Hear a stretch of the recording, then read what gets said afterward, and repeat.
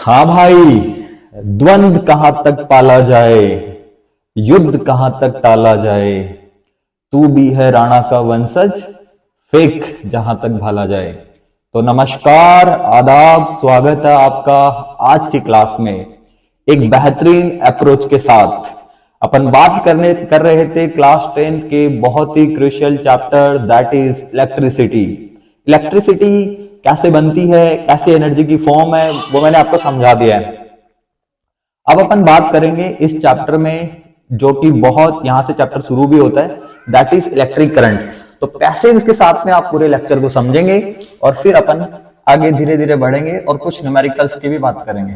Electric current, तो ये क्या बला है सर, इलेक्ट्रिक करंट का हो है सर, का हो है, समझाओ, थोड़ा समझाओ, ध्यान से सुनो।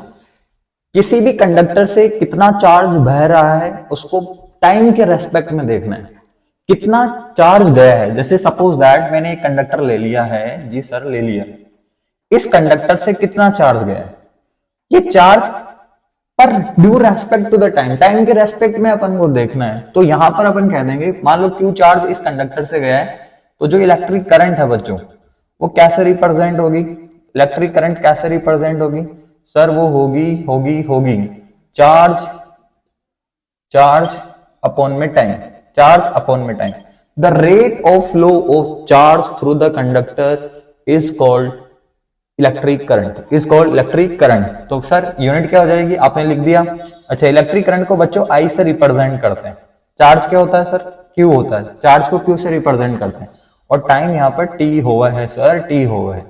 अच्छा, यूनिट क्या बनेगी बच्चों, क्योंकि ये क्वांटिटी है और साइंस में आपने क्लास 9th में जाना है क्वांटिटीज के बारे में।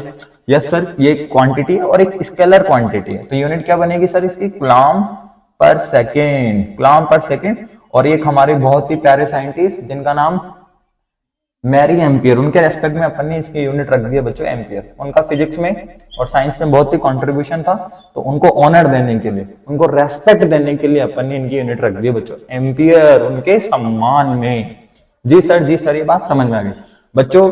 चार्ज कितना बह रहा है टाइम के रेस्पेक्ट में ये देखना है, इसलिए इसको इलेक्ट्रिक करंट को अपन चार्ज अपॉन में टाइम लिखते हैं। अच्छा, एग्जामिनर आपसे क्या सवाल पूछ सकता है, यहां से सिंपली आपसे करंट की डेफिनेशन पूछ लेगा।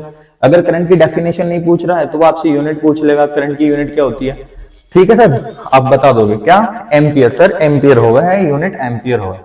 अच्छा बच्चों, करंट को जो मेजर करने वाला इंस्ट्रूमेंट है, करंट को जो इंस्ट्रूमेंट, जिस इंस्ट्रूमेंट से अपन करंट को मेजर करते हैं उसका नाम है बच्चों अमीटर। क्या नाम है, अमीटर नाम है सर। अमीटर को कॉम्बिनेशन जो होता है, यहां पर मैं आपको आगे दो कॉम्बिनेशन पढ़ाऊंगा इसी चैप्टर में, series combination and parallel combination.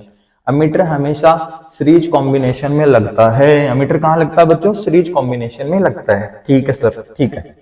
आगे अब मैं बात करने जा रहा हूं बच्चों एक और यूनिट की, यहां पर जिसको मैं बोलता हूं 1 एम्पियर। ये भी पेपर में बहुत बार आती है। इसके अकॉर्डिंग 1 एम्पियर की क्या डेफिनेशन होगी। अच्छा, एम्पियर की 1 एम्पियर कैसे कंसिडर करेंगे, 1 एम्पियर जो होगा बच्चों 1 कूलम्ब अपॉन में 1 सेकेंड होगा।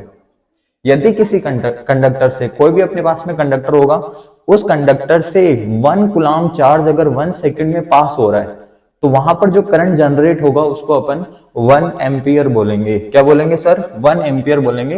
1 कूलम्ब अपॉन में 1 second, it is equivalent to 1 ampere. Clear है।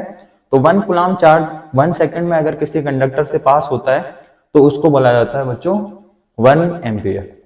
क्लियर है। तो ये करंट की बेसिक सी बात थी। अब अपन जो आगे चलेंगे वो है बच्चों अपना पोटेंशियल एंड पोटेंशियल डिफरेंस। यहां पर बच्चे बहुत कंफ्यूज होते हैं। बेसिक सी बात यह है कि बच्चों पोटेंशियल और पोटेंशियल डिफरेंस में कुछ ज्यादा खास फर्क नहीं है। अब मिलते हैं नेक्स्ट वीडियो में पोटेंशियल एंड पोटेंशियल डिफरेंस के साथ में। जब तक बने रहिए, जय हिंद।